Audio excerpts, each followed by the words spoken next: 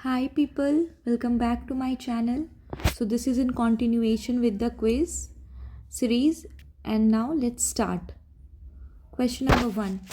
What agreement did India and Qatar recently sign that elevated their ties? अभी कौन सा agreement recently sign हुआ by India and Qatar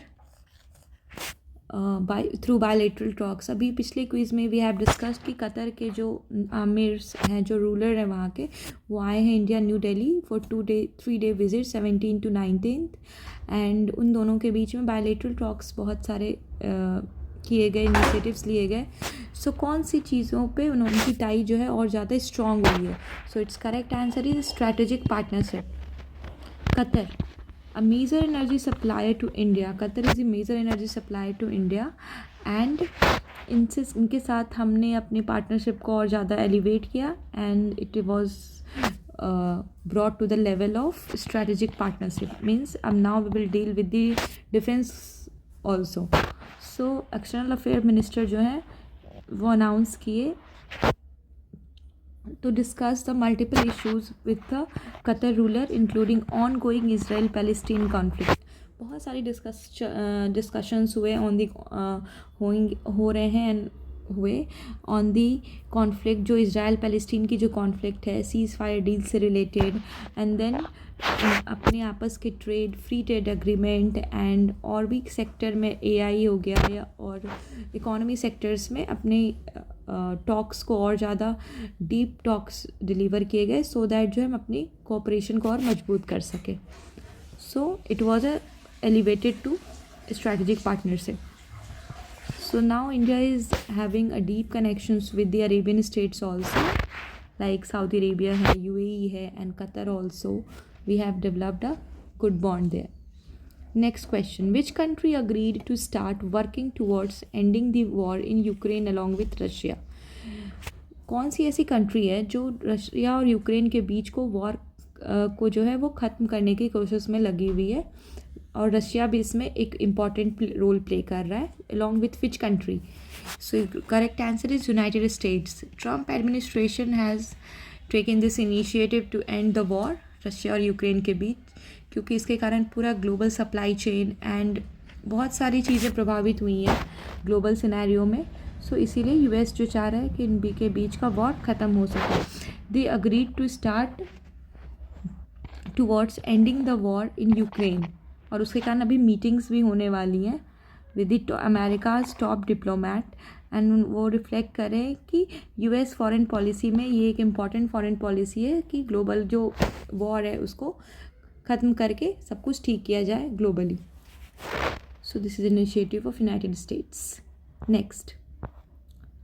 Who was appointed as Chief Election Commissioner amid Supreme Court scrutiny? Chief Election Commissioner कौन appoint किए गए अभी? So it's correct answer is Gyanesh Kumar.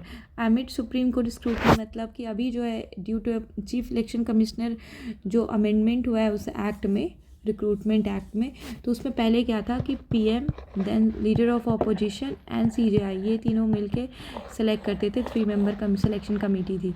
Then इसको change करके PM then leader of opposition and home minister कर दिया गया and इस न्यू सिलेक्शन कमेटी ने ही अभी चूज़ किया है ज्ञानेश कुमार को.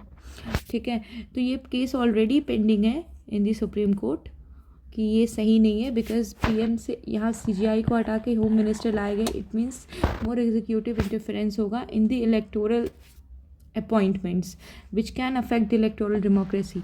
सो इसलिए बट इन सब चीज़ों के बावजूद ज्ञानेश कुमार को जो है नया चीफ इलेक्शन कमिश्नर जो है अपॉइंट कर दिया गया और जो अर्लियर थे जो अभी रिटायर हुए हैं वो है Rajiv Kumar. Next.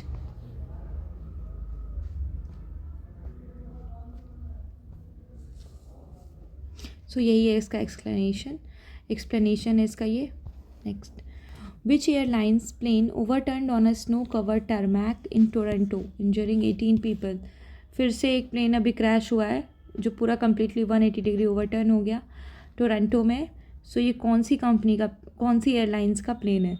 So it's correct answer is delta airlines. अभी बहुत ज़्यादा प्लेन क्रैश ये सब हो रहे हैं, न्यूज़ में आ रहे हैं. सो रिसेंटली अभी ये हुआ है डेल्टा एयरलाइंस जिसमें 18 पीपल इंजर हो गए.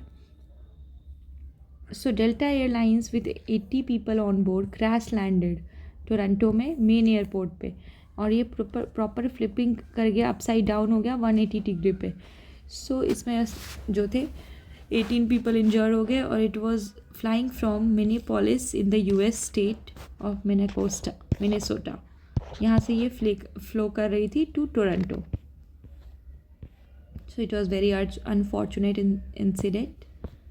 Next, Gujarat local body election was won by which party. Gujarat में लोकल बॉडी इलेक्शन अभी कौन सी पार्टी जीती है? So it's BJP. बीजेपी जो है वो जूनागढ़ इलेक्शन म्यूनिसिपल कॉरपोरेशन में की इलेक्शन जो है वो बीजेपी जो है वो जीती है, वहाँ के लोकल बॉडी को हराकर. 60 म्यूनिसिपैलिटीज़ आउट ऑफ 68 म्यूनिसिपैलिटीज़ में बीजेपी जो है उन्होंने मेजॉरिटी पाई है. Next question, which court granted permission for disposal of toxic waste from Union Carbide factory. Union Carbide जो भोपाल गैस ट्रेजेडी से ही एसोसिएटेड है, मिथाइल आइसोसाइनाइड. तो यूनियन कार्बाइड फैक्ट्री में जो वेस्ट था ना, उसको अभी उसके डिस्पोजल को लेके अभी बहुत ज़्यादा इशू चल रहा है, और सुप्रीम कोर्ट में, हाई कोर्ट में गया हुआ है इसका, कि ये जो वेस्ट डिस्पोजल है क्या ये सही है, कहाँ करना चाहिए. और ये मध्य प्रदेश में किसी जगह पे इसको किया जा रहा है, डिस्पोज किया जा रहा है. सो मध्य प्रदेश हाई कोर्ट जो है which it granted the permission. So इसका एक्सप्लेनेशन देखते हैं. Madhya Pradesh high court allowed the state government to conduct 3 trial runs. Trial हो रहा है for the disposal of toxic waste. 40 years ago जो हुआ था टॉक्सिक वेस्ट, और जो ट्रेजिडी हुई थी, वो वेस्ट अब तक पूरा डिस्पोज नहीं हो पाया है. 10 टन्स वेस्ट है, और ये कहाँ करने जा रहा है? पीथमपुर में. Pithampur is a area Madhya Pradesh में है, और यहाँ पे 358 टन अभी बचे हुए हैं. इनको डिस्पोज करना बचा है 40 ईयर्स अगो वाला वेस्ट, जो 40 साल पहले जो वेस्ट जनरेट हुआ था कार्बाइड फैक्ट्री में, उसको अभी तक वो डिस्पोज नहीं हो पाया है. सो इस चीज़ को लेके अभी कोर्ट में केस गई थी, क्योंकि it is a very toxic. कितने लोग उस टाइम मर गए थे due to leakage of the gas. So ये है पूरा इसका explanation. Next, which Indian minister met the Iran's foreign minister to discuss the case of Indian nurse Nimisha Priya on death row in Yemen. Iran foreign minister से अभी कौन सी minister मिले के Indian nurse Nimisha प्रिया जो है एक इंडियन नर्स थी, उनके डेथ को पेनल्टी को लेके कुछ डिस्कशन हुआ है. सो ही वॉज एस जयशंकर, हमारे एक्सटर्नल अफेयर मिनिस्टर जो है अभी उन्होंने अभी मीटअप किया विद ईरान फॉरेन मिनिस्टर. और यमन में हमारे इंडियन नर्स निमिशा प्रिया है, इनके ऊपर डेथ पेनल्टी लगी है due to her involvement in the murder. So उससे रिलेटेड उन्होंने डिस्कशंस की. He had made an appeal on the behalf of Nimisha Priya, the Indian nurse on death row in Yemen, with a senior Houthi envoy. So इन चीज़ों को लेकर ही बात हुई है. Next question, which court granted bail to Christian Michael in the Agusta Westland chopper scam case. Agusta Westland chopper scam case जो था उसमें अभी बेल मिल गया है, और ये कौन सी कोर्ट ने इसे ग्रांट किया है? तो ये इसका करेक्ट आंसर होगा आपका supreme court.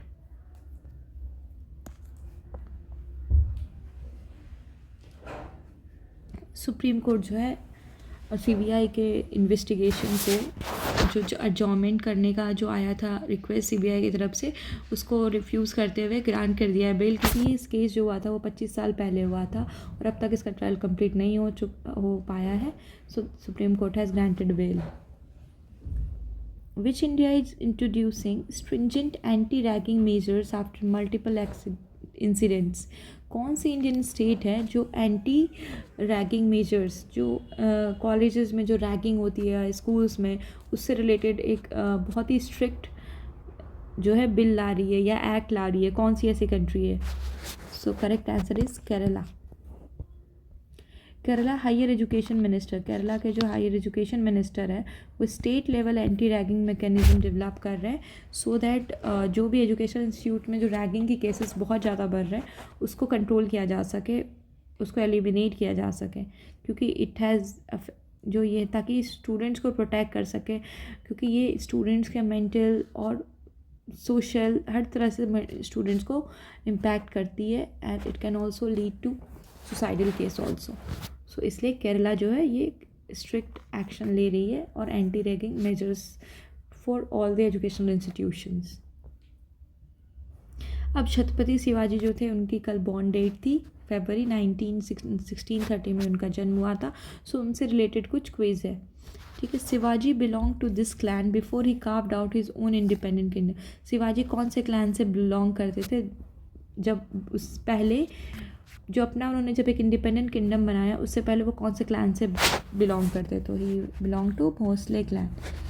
This battle took place in November 1659 in Satara between Maratha forces led by Shivaji and Bijapur troops under general Afzal Khan.